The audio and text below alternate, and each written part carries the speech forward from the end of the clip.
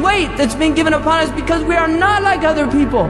We are not like other people, and we do not want to be like the Jews who were given the truth and turned away from the truth, and because of it they incurred the wrath of Allah subhanahu wa ta'ala, and Allah afflicted them. This is what Allah says in the Quran. We do not want to be like that. The Sa'id, the felicitous one, is the one who learns by the tribulations of others. He does not learn through his own tribulation, he learns by the tribulation of others. By seeing others in tribulation, it wakes him up to the reality that the only way to prevent that tribulation is to stop and turn back to Allah subhanahu wa ta'ala.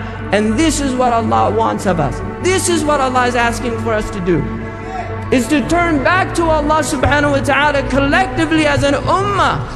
As an ummah, we have to turn back to Allah. We have to give up our pettiness. We have to set aside our differences.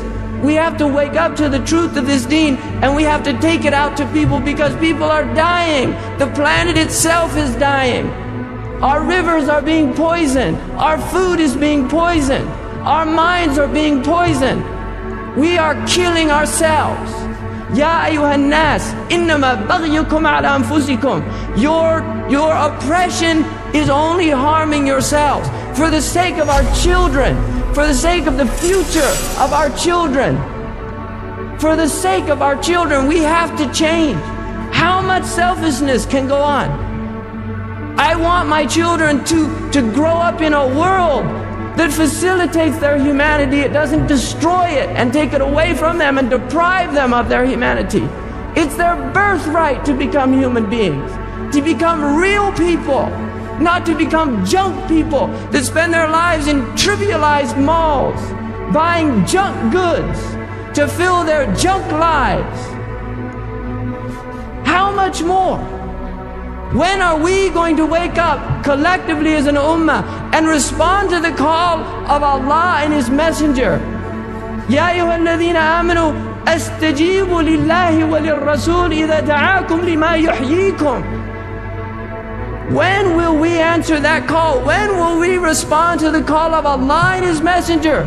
Just something that will bring us to life.